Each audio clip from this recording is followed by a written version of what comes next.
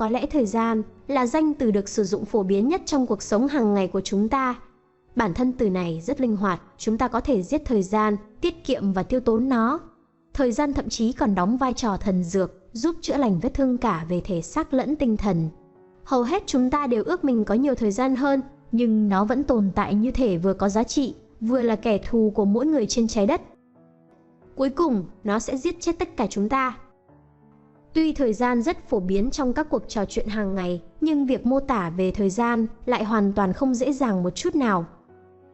Theo cách hiểu thông thường, chúng ta sẽ tưởng tượng ra một chiếc đồng hồ vạn năng, luôn hoạt động với tốc độ như nhau tại mọi thời điểm và cho tất cả mọi người.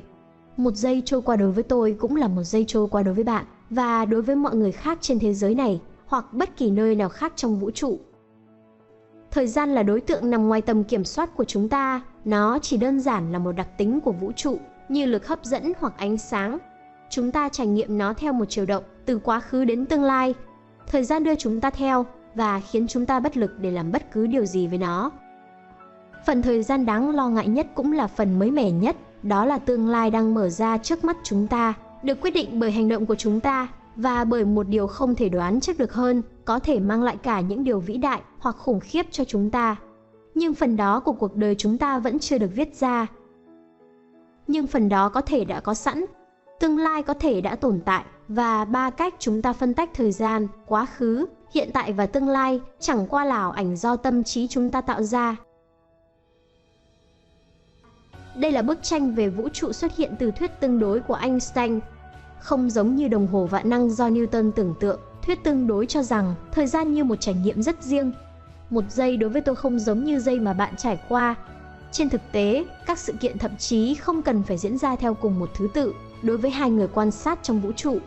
Trong khi bạn có thể nhìn thấy một con cá được đưa ra khỏi bể của nó, bị giết và nấu chín, thì ở một nơi khác của vũ trụ, ai đó có thể chứng kiến con cá vẫn còn ở trong bể. Các sự kiện diễn ra như thế nào phụ thuộc vào điểm tham chiếu của cá nhân. Điều này có thể xảy ra vì có mối quan hệ giữa không gian, thời gian và chuyển động. Ví dụ, trong cuộc sống hàng ngày, hãy nghĩ xem bạn đang ở đâu ngay bây giờ. Bạn đang ở trong phòng ngủ của bạn lúc 7 giờ tối. Bạn lên xe buýt lúc 11 giờ 52 phút sáng.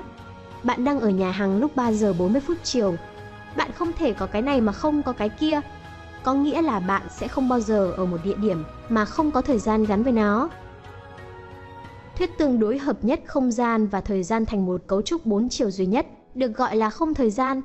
Chúng ta nên nghĩ về thời gian giống như cách chúng ta nghĩ về không gian, giống như tất cả không gian tồn tại bên ngoài thế giới của chúng ta, và bất kỳ điểm nào trong không gian đều có thể được mô tả bằng tọa độ. Tất cả thời gian cũng tồn tại, và bất kỳ sự kiện nào đã xảy ra hoặc sẽ xảy ra đều tồn tại, được mô tả bằng tọa độ của chính chúng trong vũ trụ. Theo một cách tương tự, tất cả các tọa độ trong không gian đều hợp lệ, tất cả các tọa độ hoặc sự kiện trong thời gian cũng hợp lệ, nghĩa là không được có sự phân biệt như quá khứ, hiện tại hoặc tương lai. Vũ trụ và cuộc sống bên trong nó không phải là một thứ hữu cơ luôn thay đổi và biến đổi. Thay vào đó, nó giống như một video, trong đó khoảnh khắc hiện tại chỉ là một khung hình trong video đó. Và video đó, chúng ta có quyền truy cập vào nó, sẽ tiết lộ mọi sự kiện sẽ diễn ra trong vũ trụ từ đầu đến cuối.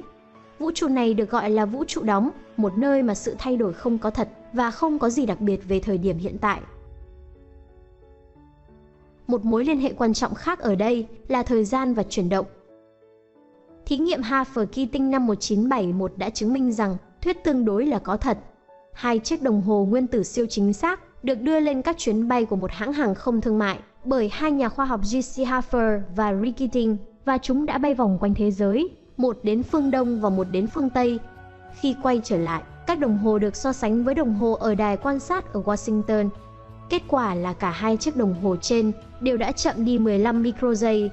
Các thí nghiệm hiện đại kể từ đó đã tiếp tục chứng minh khía cạnh này của thuyết tương đối là đúng hết lần này đến lần khác.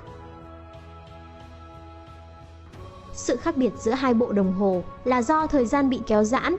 Nói một cách dễ hiểu hơn, đó là do sự giãn nở thời gian là mối quan hệ giữa một vật thể chuyển động và thời gian gắn với vật thể đó. Tốc độ của vật càng nhanh thì thời gian trôi qua càng chậm. Nếu bạn rời nhà để lên một con tàu vũ trụ vào năm 2000 và đi với tốc độ 99% tốc độ ánh sáng trong vòng 5 năm, khi bạn quay trở lại trái đất, thì năm bạn đấy không phải là 2005 mà sẽ là tận năm 2036. Bạn sẽ chỉ già đi hơn 5 tuổi so với khi bạn rời đi, có nghĩa là bạn sẽ đi vào tương lai tới 31 năm. Điều này rất quan trọng bởi vì quay lại ví dụ của video, người ta sẽ tin rằng bất kỳ người quan sát nào cũng có thể đồng ý về những gì xảy ra trên bất kỳ khung hình nhất định nào, tức là bất kỳ thời điểm nhất định nào. Nhưng điều này thay đổi vì mối quan hệ giữa thời gian và chuyển động. Đối với một người quan sát đang di chuyển, những gì đang xảy ra trong khung hình sẽ khác với một người quan sát đang đứng yên. Chuyển động mang lại cho người đó một tốc độ thời gian khác nhau, và do đó nhận thức khác về khung hình và những gì đang xảy ra bên trong nó. Mặc dù thuyết tương đối luôn xảy ra trên trái đất, nhưng sự khác biệt rất nhỏ nên chúng ta không thể nhận thấy được. Tuy nhiên, nếu hai người quan sát cách nhau đủ xa, xa tới hàng tỷ năm ánh sáng, thì chuyển động của họ có thể thay đổi nhận thức của họ về khung hình chứa các sự kiện trong quá khứ hoặc tương lai của chúng ta. Nhưng nếu điều này là sự thật và tương lai hoặc quá khứ của chúng ta có thể là một phần trong nhận thức của một người quan sát khác, thì điều đó phải dẫn chúng ta đến kết luận rằng cả hai điều này đều đã tồn tại. Tương lai không phải là mở ra và quá khứ không phải là không thể tiếp cận. Khoảnh khắc này, bây giờ và tiếng tích tắc liên tục của đồng hồ luôn trôi qua, đưa chúng ta đến một tương lai bí ẩn có thể chỉ nằm trong đầu chúng ta, một ấn tượng được tạo ra bởi bộ não của chính chúng ta. Nhưng điều đó không giải thích tại sao chúng ta chỉ quan sát được một hướng rõ ràng về tương lai thời gian. Nó đi từ quá khứ và đến tương lai, mặc dù các định luật vật lý không ngăn cản các sự kiện diễn ra theo chiều ngược lại.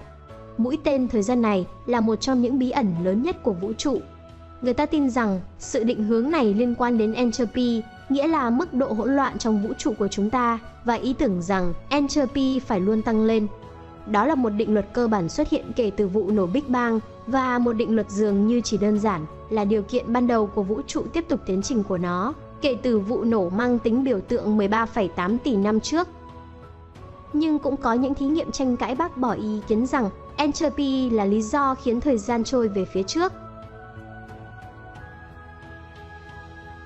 Ý tưởng về một vũ trụ, trong đó tất cả các sự kiện tồn tại đồng thời, vừa nghiệt ngã, vừa an ủi, mọi thứ mà chúng ta đã mất vẫn chưa biến mất, chỉ đơn thuần là một chút ngoài tầm với của chúng ta vào lúc này.